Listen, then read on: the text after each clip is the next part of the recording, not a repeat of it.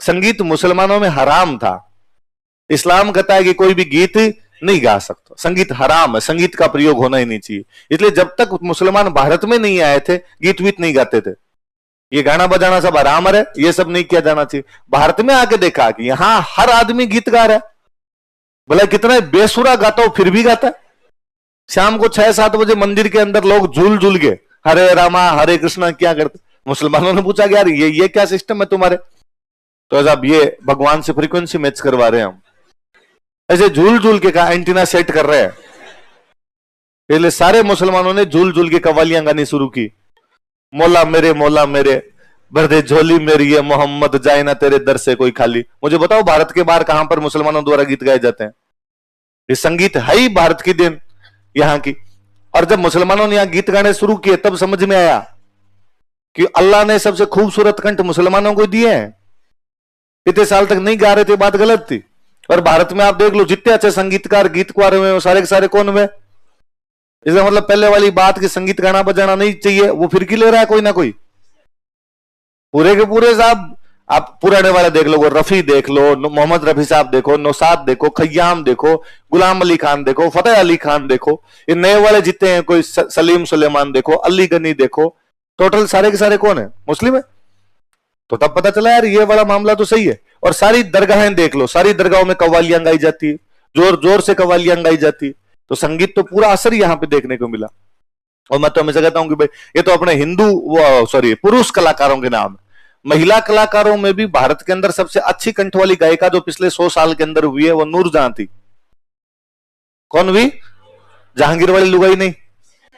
अब नूरजहां समझते डायरेक्ट वहां चले जाते हो, है ना। नूरजहां अपने आजादी के टाइम के आसपास भारत की एक बहुत अच्छी गीतकार थी और विभाजन के बाद में चली गई पाकिस्तान। सिंगर थी बहुत अच्छी, अपने पाकिस्तान चली गई। और नूरजहां पाकिस्तान चली गई इसलिए लता मंगेशकर कर अपने भाग्य खुले कहीं ना कहीं जाके। जब तक नूरजहां इधर थी बॉलीवुड में राज था नूरजहां का और सारे लोग नूरजहां से गीत गवाया करते। लता जी के लिए तब ऐसा कहा जाता था कि लता जी की आवाज के अंदर पतलापन ज्यादा है, लता जी की आवाज बच्ची जैसी सी है। और अभी भी आप लता जी की आवाज सुनो, छोटी गुड़िया गा रही हो कोई, उस टाइप की से एकदम आवाज लगेगी। जबकि नूरजहां की आवाज में वो मर्दानापन था कि आदमी 8 बजे के बाद में झूले, वो नूरजहां वाली आवाज के अंदर दिखाई देता था। ये तो नूरजहां चली गई पाकिस्तान, पाकिस्तान चली गई तो बॉलीवुड वालों ने कहा अब अपने पास जो ऑप्शन है वही गवाया जाए। बाकी नूरजहां बड़ी शानदार सिंगर हुई। और नूरजहां मतलब जितनी थी सिंगर थी उतनी सन की महिला थी। नूरजहां हर गीत गाने से पहले बर्फ खाती। अक्सर यह माना जाता है कि जो लोग कंठों का ज्यादा प्रयोग करते हैं वो ठंडे से दूर रहे।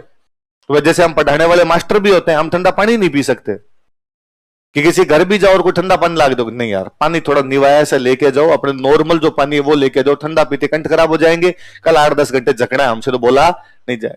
ऐसे सिंगर होते हैं ये बड़ा कंठों का ध्यान रखते हैं, कभी कोई मुलट्ठी खाते हैं, कभी मिश्री खाते रहते हैं। नूरजहां हर गीत गाने से पहले और बर्फ खा के जाते। पूछा भाई मैडम बर्फ इससे कंठ खराब नहीं है? तो उसने कहा मेरे खुलते हैं, मैं ढंग से गाऊंगी जोरदार। और नूरजहां के पास कोई जाता और जाकर था कि मैडम हमारे कार्यक्रम और उसमें गीत गाना है। उसने कहा दूंगी। कितने रुपए लोगे? तो उसने कहा रुपए मेरे मैनेजर से पूछ ले, जितना मेरा मैनेजर डिसाइड कर लेगा उतना, पर मेरी एक दूसरी शर्त है। क्या है मैडम? कि जो कार्यक्रम होगा कितने लोग आएंगे उसमें? तो मैडम लोग तो 2000 आएंगे उसके अंदर। तो कितने भी आए मुझे कोई लेना देना नहीं, पैसा जितना मैनेजर बताए उतना ले लूंगी, उससे भी कोई लेना देना नहीं। पर आगे आगे जो लोग बैठेंगे, जहां तक मेरी नजरें पहुंचती है उतने जो लोग होने चाहिए वो सारे शक्ल की खूबसूरत होने चाहिए, एक भी भूंडी शक्ल का हुआ तो मेरे से गीत नहीं गाया जाएगा। मुझे कई बार लगता है ठीक रहा पाकिस्तान चली गई, अपने को तो कार्यक्रम में नहीं घुसने देती। नहीं भाई तुम या तो पीछे बैठो या मेरे कार्यक्रम में भी तुम्हें आने की आवश्यकता नहीं है। और ये बड़ी दिल फेंक टाइप की महिला हुई। उसके उस टाइम मतलब आजादी के टाइम के आसपास के इतने अफेयर थे उसके जिसकी हद नहीं कोई। तो एक बार किसी पाकिस्तान के पत्रकार ने उससे पूछा कि मैडम आपके कितने अफेयर रहे? तो पंजाबी में बोलती थी, उसने कहा छड़ परे की लेना तेनू होने। तो उसने वापस, पत्रकार इस मामले में हरामी होते हैं, नहीं बताइए प्लीज कितने रहे? तो ज्यादा जिद की तो उसने कहा गिन, मैं 1 मिनट बोलूंगी, जिनने गिनने उनने गिन ले। 1 मिनट बोलती हूँ, जितने नाम आएंगे उतने गिन ले। तो उसने गिनने शुरू किए। 1 मिनट बाद नूरजहां रुकी तो उसने पूछा कि कितने हो गए?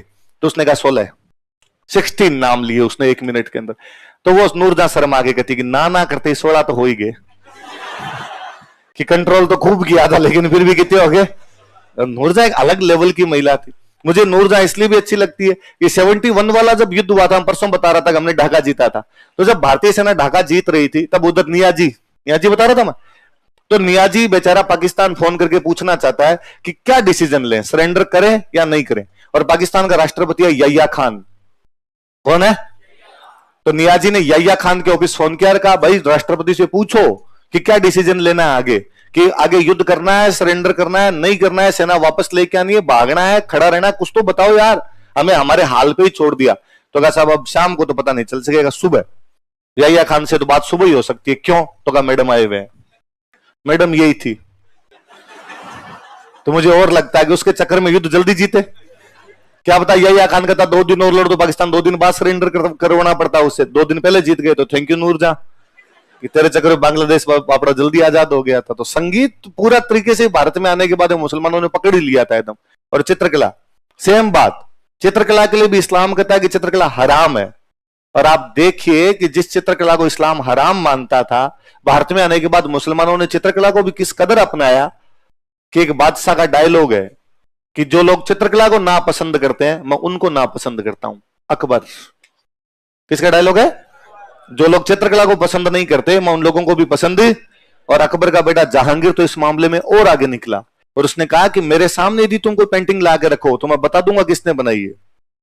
यदि उसका हाथ, पैर, आंख, नाक अलग अलग लोगों ने बनाए तो मैं ये भी बता दूंगा कि आंख किसने बनाई है, पैर किसने बनाया, हाथ किसने बनाया, कान किसने बनाया। एक बादशाह खुद इतना चित्रकला में पारंगत हो गया, क्या इंडो इस्लामिक कल्चर नहीं है?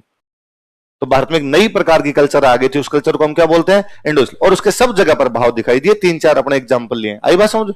ये तो है संस्कृति पर प्रभाव। कहां पर है? अपने यहां संस्कृति जुड़ी हुई थी धर्म से। किसे जुड़ी हुई रहती है?